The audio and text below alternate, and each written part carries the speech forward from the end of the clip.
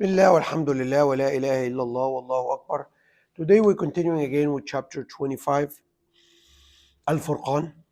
And as we stopped yesterday, we stopped at verse number 28. So, people, the day judgment, there will be a lot of regret, a lot of complaining, a lot of grief, and people will be trying to find scapegoat.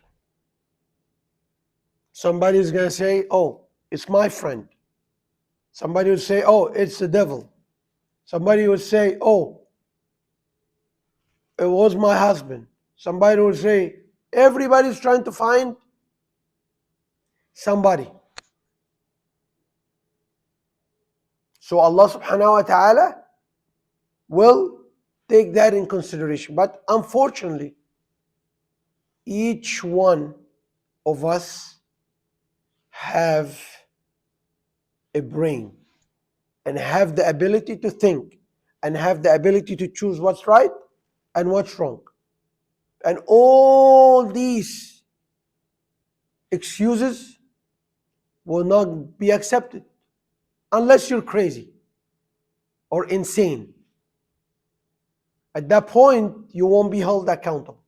But if you're somebody who's normal, who know how to work, to go to work, to earn money, somebody who knows how to go to the bathroom, somebody who knows when you're sick, you go to the doctor, somebody who knows how to drive a car, somebody who think rationally about anything happens in your life, you have no excuse because you had a brain. That brain filters the right from the wrong, and you're supposed to follow the right. So one of the things is the influence of the friends, the peer pressure, the society, pleasing others, fit in. You see somebody or some group doing something, oh, you have to do it. And that's the biggest mistake.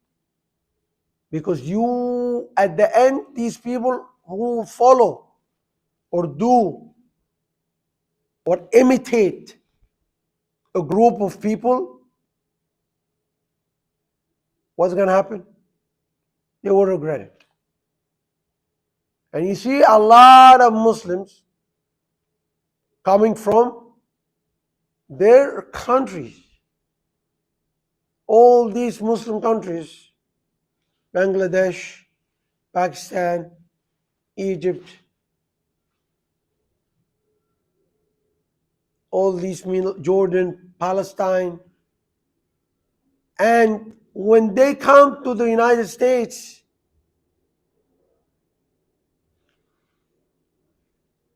he changed his skin, or she changed her skin to fit in within the society, to fit in. It doesn't matter. A lot of cases you see a guy and his wife came to this country, to America, and after that while, 2 or 3 years, he said, oh, they're already divorced. Women came to America, you see, they had a hair scarf. When they dress modestly or in a modest fashion, yes, you'll be identified as a Muslim. Maybe people looking at you like this, or people look like you at this, so they want to fit in. They take that headscarf, they, instead of being conservative in their dress, they change that. Men, on the other hand, the same way. In his country, he used to go to pray in the masjid or the mosque. But once he comes here, everything changed. Money, money, money. The dollar become God, his God, working from 5 o'clock in the morning until 12 a.m., worrying about how I'm going to get this amount of money, how business, this and that. And he forgets slowly, his religion, his Islam evaporates. And that's what we're facing. You see Muslims come from different countries to America. Maybe the first generation, a little bit, sticking with Islam. But later on, second, third generation, only the name, maybe, stays. His name is Ahmad or Muhammad or whatever. But after that, Islam itself, in its essence, in its spirit, is lost. And that's because of the peer pressure, the societal pressure around you. You change everything.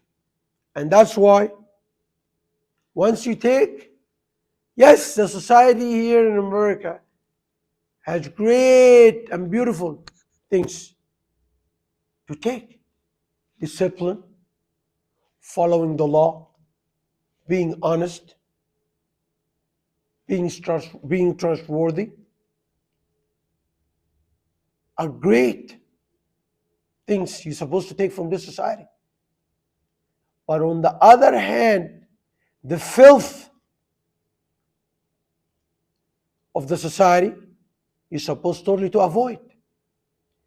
The temptations of this society you're supposed to avoid. So at this point,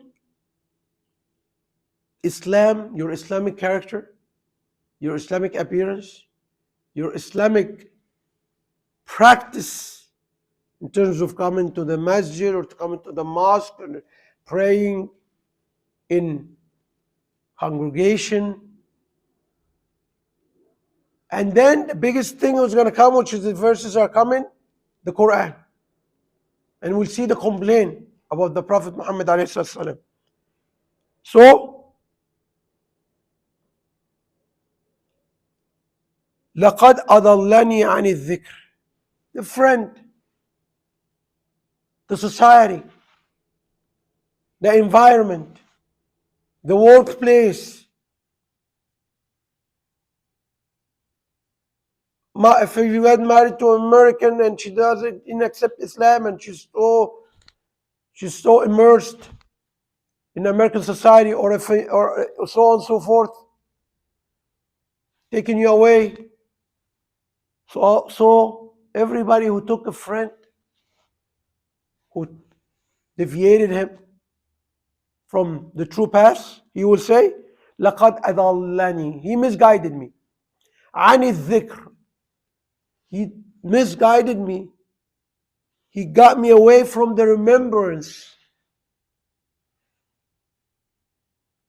of Allah, from the remembrance of the Quran, from the remembrance of the rights of others. A lot of people, even when they come here, they forget that they have a mother, an old mother over there. They have a sister who she's in need over there. They have relatives who are in need on there. And they become more selfish about how